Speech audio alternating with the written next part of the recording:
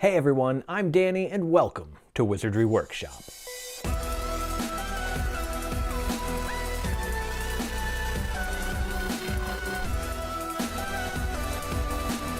So during Mina Lima's adventure, creating all these really cool designs for the Harry Potter films for the props, they did a lot of candy boxes, obviously, for like Honeydukes. One thing that they did do, I'm guessing to save time, is they used some old like Chinese tea box designs, basically the actual tea boxes, and they rebranded them for Honeydukes. And that's exactly what they did for this Firey Black Pepper Imps label.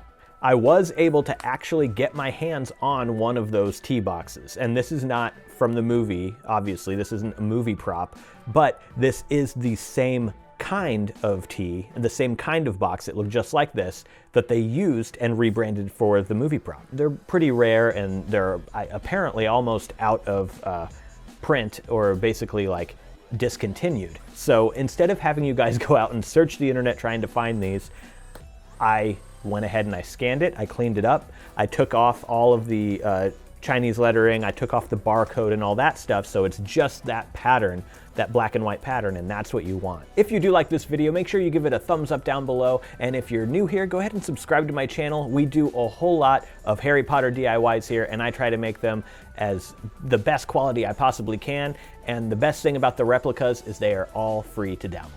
All of the supplies you're gonna need are right here, and I will link all of these in the description box below. But first, let's take a look at the templates. I am starting to include these usage rights in my templates, so this is gonna be the first 2 pages of my templates. You don't have to print these, you can just skip them. I'm just letting you know. I am putting these in there because there are still a lot of people who try to profit off of my replicas, and no, I do not sell them either, so yeah, I give them away for free, for fun, for home personal use. Okay, so with that out of the way, let's continue. So this page is printed on regular paper. You could also print this on cardstock if you want. And next we have the box pattern. And as you can see, as I told you before, I scanned it in and I cleaned it up, and it is just that black and white pattern, as well as a link to my YouTube channel. And that's on the bottom, so no one's ever gonna see this, but I just put it there for fun. All right, so, and then there's also this second piece. So this is printed on 8.5 by 11 paper, and it is also printed on cardstock, single-sided. So the first thing we need to do is cut out all of these things. We need to cut all the white space out from around these labels, and then we also want to cut most of the white space off around here, but if you look closely, you can see sort of an off-white part here. That's also part of the box, so you want to cut around that as well. I will be using my new metal ruler. This thing is awesome, actually. It has this really nice rubbery grip on the bottom, this in particular ruler, and then it also has a finger guard there, so when you're cutting with your X-Acto knife, there is this little kind of like lip between your blade and your fingers, and it really helps protect your hands. And this was a gift from a patron, my patron Jack. Thank you so much for this ruler. It is my new favorite. I'm going to be using it for everything.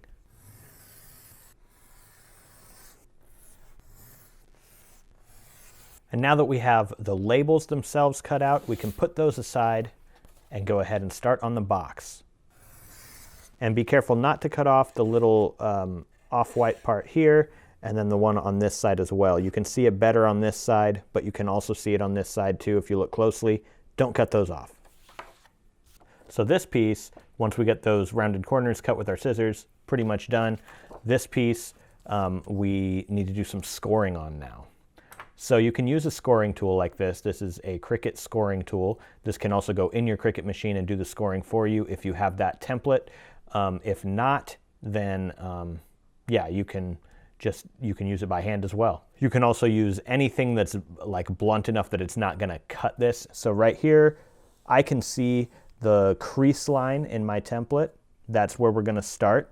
Line it up with the edge of this kind of flap that comes out, and then line it up against that crease mark on the template. And then we are going to go ahead and score it. So there we go, we've got one score mark in there. We're gonna do the same thing to this side, all the way down.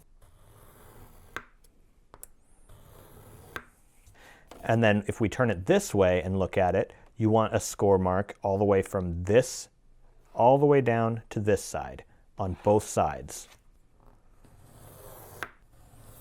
And now we do need to do some, just 4 more cuts in this, and it's going to be pretty simple, but first let's fold where we just scored it. So we're going to fold all the way where those score lines, where those score marks are, basically. Fold it both ways to make sure you've got a nice fold in your paper.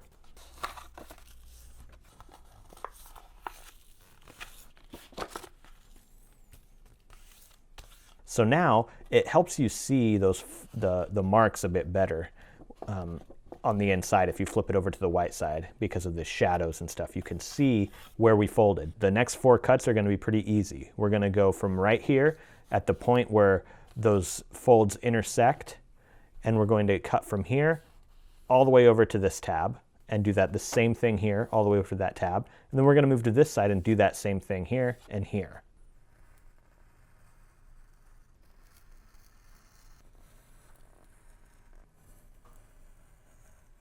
And now we have cut in like this and here.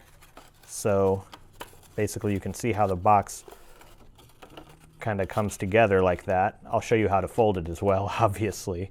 But there is one part missing, and that is the lid. We need to glue that lid on. But now we do need to make a couple more score marks right along this tab right here so that we can fold it too. And now that tab should fold in like this. And then, so if we look at this side, you can see on this tab, there's also another crease mark right there. We're going to do another score right along that crease mark. And then we're going to flip this around. Now this side, I can't really see that crease mark very much like I could on this side. So I'm going to measure down from the crease to the basically between these 2 creases, and that is 1 7/8 inches. So all we have to do is measure over here 1 7/8, and we can put a little mark there, and then we do that to the other side and put a mark there too. And with those marks, we should be able to crease. So here's where that crease folds in like this, and this one folds in like that. This tab right here attaches to this bottom part of this. So this will go on top, and you'll just glue it together right there. Alternatively, you can also use double-sided tape if you'd like.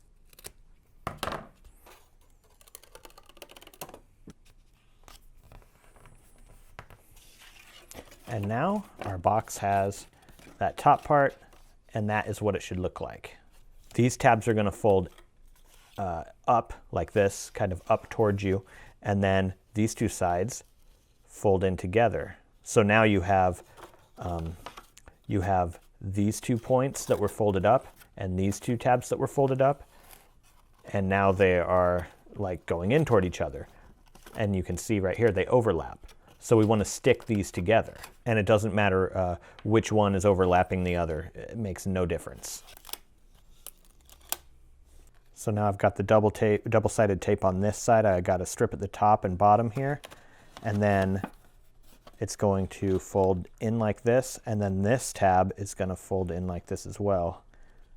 And then they can both just get taped together like that.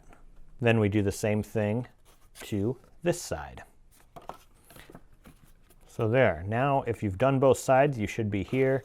And I feel like the rest of the box is pretty self-explanatory, but we'll go over it anyways. So both of these sides do the same thing. They fold over on top of what we just did, and then this little flap right here that we scored folds. You put some tape, double-sided tape or glue on this side, and it folds in just like this, and it sticks to the inside of the box. So it should look like that. And let's do that on both sides of this.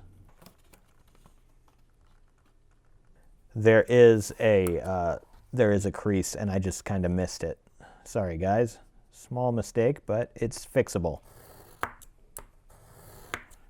There we go. And now that should close up right where we want it to, right there. And now we can put the labels on it. And you might be thinking to yourself, Danny, why did you not just print the template with the label on it already? Well, there's a version that already has the labels printed on there. But the movie prop itself, they were glued on, and I want it to look just like that. So that's why I did it this way. I want it to be glued on exactly like they did for the movie prop. So first of all, let's open up the lid and let's get the very top part glued on, and it's going to glue right in the center right here. And I'm just going to apply glue all over the top of this.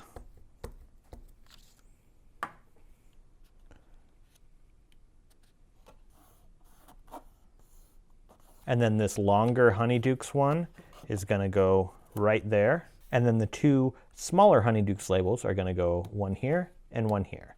And the back has nothing on it.